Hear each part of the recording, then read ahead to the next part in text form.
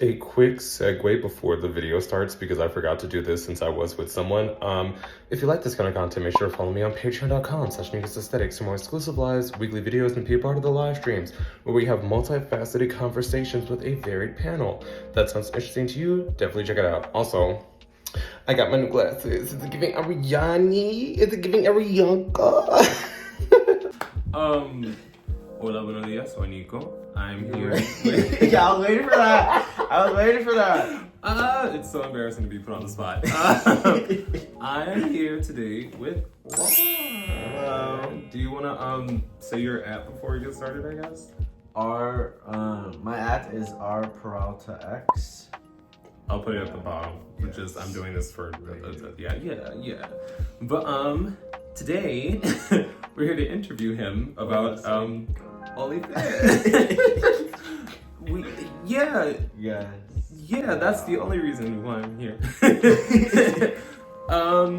So first question, how did you get started? Because I know you worked with cameras beforehand. Yeah, so I was so I had my videography, I was already doing that. And then, it's like summer of the pandemic. Now inching closer to moving out.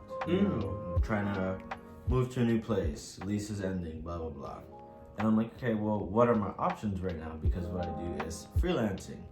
And then I think it was like I was on Twitter and someone kind of like had made the joke of like, why don't you do OnlyFans? And I'm like, I see it, because I already do the videography. I already don't mind posting myself online. All right, heard. Then I asked everyone like, okay, what's the price should I do? And everyone's like, start off with $10, And I'm like, you know what? Fuck it, I'm gonna try it. Yeah. And what was it called? July 1st of 2020. When I dropped the Twitter, I was like, here it is. I remember, well, if you guys did not know, I kind of manifested this. I've been a fan of his work for a few years now. I actually talked about his OnlyFans on my Patreon. Yes, I remember that. Yes, very amazing quality. Thank you. But, so how would you say your life has changed since you started OnlyFans? Like, has it altered, let's say, friendships or dating or just living in general? Oh my god. Yeah. Okay. Well, first thing I will say, OnlyFans gave me the freedom to do my freelance videography. Because it was like, I was getting gigs here and there, but I was, prevented from doing so while having like a 9 to 5. And so, a 9 to 5 stunts artists' growth. It takes a little longer because it's like, okay, do I have time to be doing the gym? Do I have time to be seeing friends? Or do I need to cut all that out if I want to do art? Because like now you gotta pick. You can't have all. It's like either eat, sleep, or play. Yeah. And doing OnlyFans now gave me this freedom to do client work, create art of my own, build my skills, and other good things are having my own apartment where I can like work out of. I do studio shoots here. I do my OnlyFans stuff at home. I can host. We can host. Yes. Negatives, I would say, is when it comes to dating. And it's a little expected because not everyone is comfortable with, seeing their partner doing sex work and playing around and essentially hooking up with others. Because you are hooking up just on camera. All that. it is work. Mm-hmm. So it's like some people know how to separate the two. Yeah. But that's not enough for everyone. And you know, there's open relationships and monogamy, and a lot of times we find ourselves, you know, with someone who wants a more monogamous relationships. And you can, as you can see, like on Twitter, like you'll see sometimes your favorites are like, oh, I'm gonna stop posting as much because I'm in a relationship. I'm in like, oh, I care about this guy, and it's like, Mm-hmm. I totally get you on that. You Mm-hmm. know? But sometimes it all starts crumbling down because it's like, this is what you do for work. Yeah, and it's going to start affecting your income. Right, and it's like, do you want to hold up a home, or do you want, you know, like, to pay your bills. Right, yeah. It's like yes, or maybe you should like instead go find someone who aligns with that. You know, there's enough love out there. I agree. I mean, especially in 2024, open relationships are a lot more like common to find, or people that want it. So I've noticed that my dating life as well, it hasn't really taken a hit, surprisingly. Most people are understanding that, oh, you're working. I'm like, yeah. Right. and we love those people. Yeah. You know, we love those people. Not that there's anything wrong with someone who doesn't want a sex worker. Yeah. It's like, just don't shame those people for choosing to, you know, keep up, pay their bills. I agree. And that's a conversation point that I wish a lot of people would talk about. I mean, even outside of sex work, it's like when you're looking for a partner, when you're trying to date, you should meet them where they're at, not trying to actively change them. Right, exactly. Because, you know, of course, conversations can be had, and there's, what would I say, all kinds of relationships. There's one where it's like, okay, I'll allow it for you to, you know, do the work, as long as I'm able to, you know, have a hookup here, or there. You know, there's what we call compromises and things like that.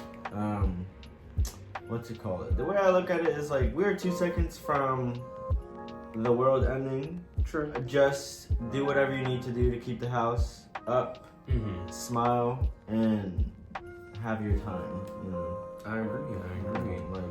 But speaking of smiling and having your time, your aesthetic is very anime and nerdy, which I enjoy. Yes. A lot of content creators aren't comfortable putting like their passions or what they enjoy in their film work. So I remember the first time I saw you on Twitter, it was like you playing around with like the Shadow Clone Jutsu thing. Oh, video.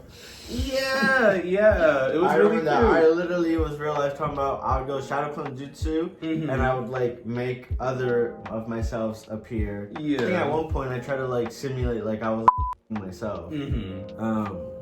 Not the easiest thing to do. That takes work. A lot of work. But it was like worth it because it's like, people were like, yo, this is like the coolest thing I've ever seen. And it's like, you know, enjoyable for me because it's just like imagine being able to actually be like, Shadow Clone Jutsu. Okay, you know, let me something like, okay. Well, let's see. How do you go about like incorporating that? Do you like, so because I'm assuming you sit down and do all of your own editing. Oh yeah, no, 100%. I be doing all my own editing and shooting.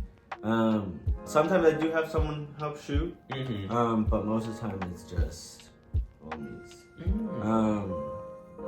How I go about it is like, let's say for example the Naruto one. Yeah. You know, because I used to put a lot of energy into like trying to be creative with it. Of course, it hits for people, but it's a very niche area. So you gotta start, you know, like, okay, yes, it's fun, but then it's like, okay, let me give the audience what they really, you know, what they want, and try to like incorporate it in some other way. So that's where like the posters are, like when I have the posters in the back. But those things I would take the time and I would storyboard. And I'd be like, okay, here's this shot. How am I gonna handle putting myself over here, this clone over here?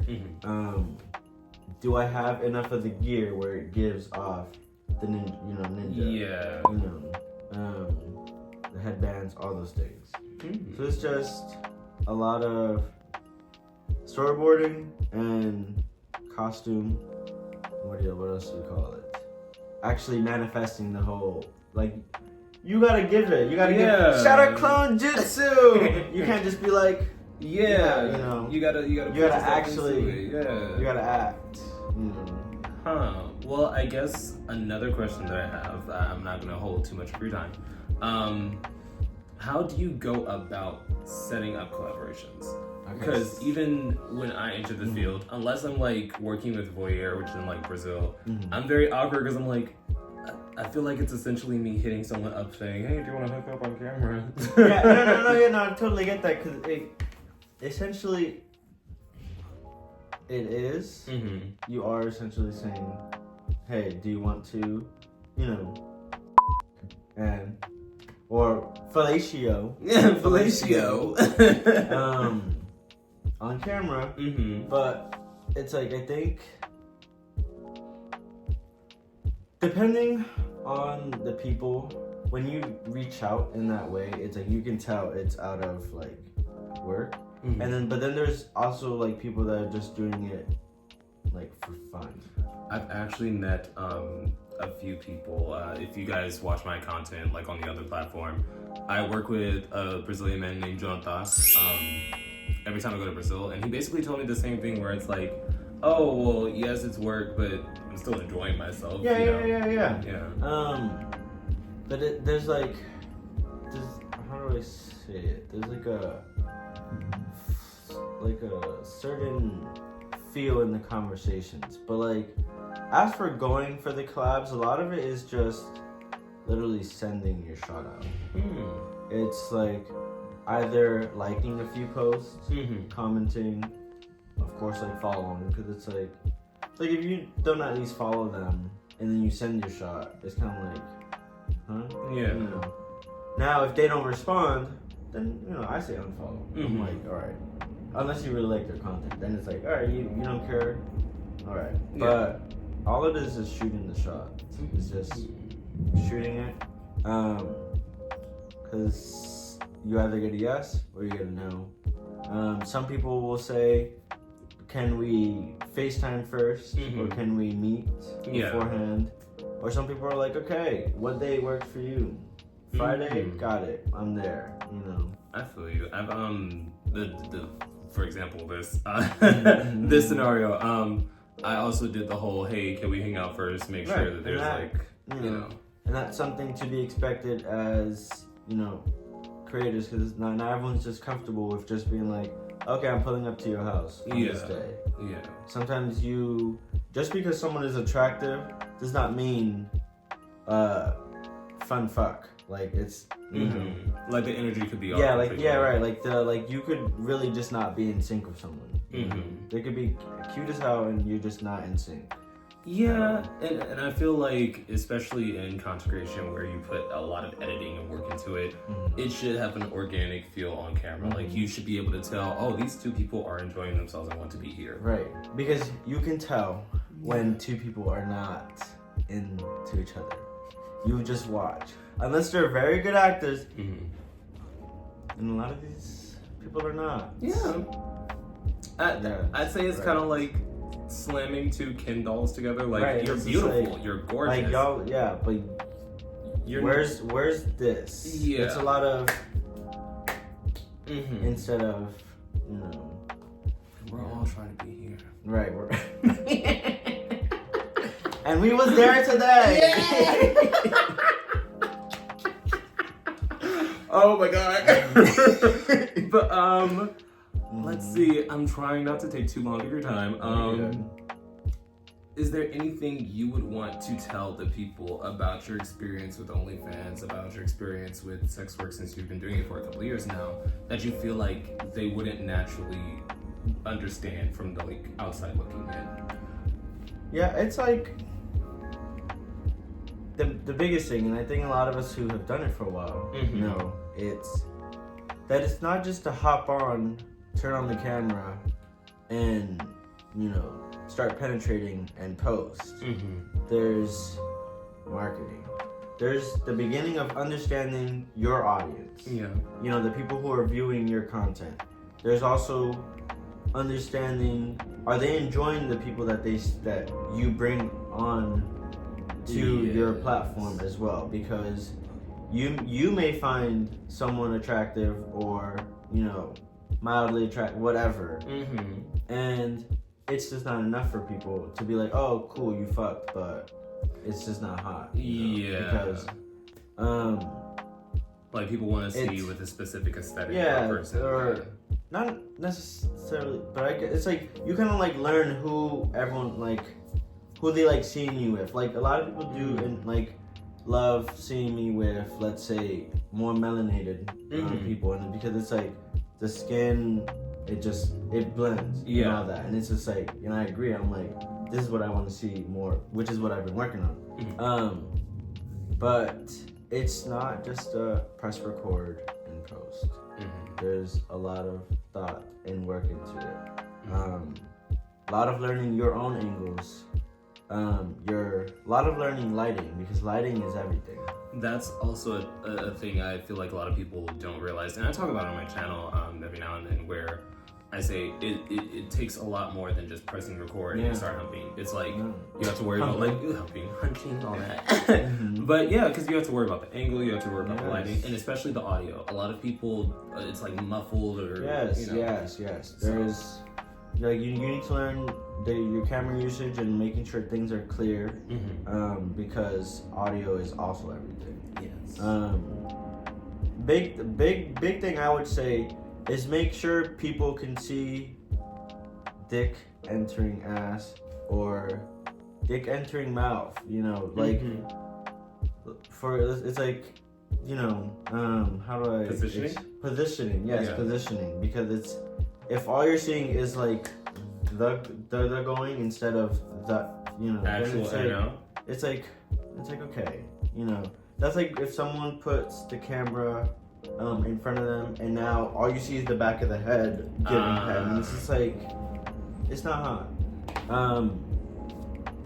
Another big tip is the hook of the video, the hook of your trailer preview or whatever. Let's say, for example, kissing. Unless y'all are like going, like, for me at least, when I see kissing, I want it to be like, I can hear that they're super into it, that their like tongue is like, it's like there's like a tongue battle. Like I want to see the tongue battles. I want to see like the syncing of the lips and all that. Because sometimes people are just doing this, and it's just like, bitch, just show me the penetration instead. just get to the good part. Just get to the good part. And that's what I'm talking about. It's like, drop it in so that people are like, I want to see the rest. So you should be able to pay attention to like the finer details. Yes, yeah. That's a better way to say it. I mean, I agree completely. But, you know, reel them in. Which is why, like, for example, a lot of mine, I'll start with what I guess I would say would be my favorite penetration shot. Or if it's giving head, like the part where I feel like I see it's very sloppy, it's very, you know, a lot of wetness, and it's like hot, you know, they're deep throating, like throw that in, and then you can put whatever you want. Let's say like your favorite part is how sensual you got in the video. Put that after what would be considered the most exciting part. That's what a lot of people don't understand, that marketing is very important. I actually, like, for my trailers, it depends on what part I'm trying to focus on. Like you said, like trying to focus on the theme of the video. But I also I do my editing, and then I actually run it by like 3 different people. Right. And I go, is this trailer good? And they're like, oh, you should snip it here. You should either shorten it or you know. So I feel like a lot of people, they're like, okay, I did the video, I did the editing, I'm just gonna clip out a piece of it, and they post it. Yeah, and sometimes sometimes it works. I'll say if it's like a really hot, like 10 seconds, but just posting, let's say, 30 seconds of one random part of the video, it just doesn't work. So that's why when you see trailers like that, it's very small snippets. Yes. What else? I think those are the main things. It's really just a lot of marketing and clip selection, your choices, the choices you make. You know, that matter. And yeah. Well, thank you for your time. Thank you for having me. And also, I got my new glasses. I didn't introduce that in the video. But. Oh yeah.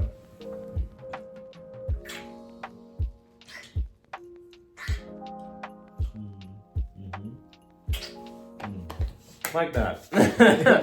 But I guess I'll see you guys next time, and you should be excited about the video that we have. Oh yes, yes. That Yeah. shit was real hot. But yes, until next time, I'll see you guys later. And now for a brief yet sincere shout out to some of my day one third eye tier subscribers, Ian and Alan H. Your continued support is greatly appreciated. And this is the other Ian, not the Australian Ian. There's 2 Ians in our Patreon family. And this week's live stream discussion will be over scenes with undeniable chemistry that you enjoy. If that sounds interesting to you, definitely tune in.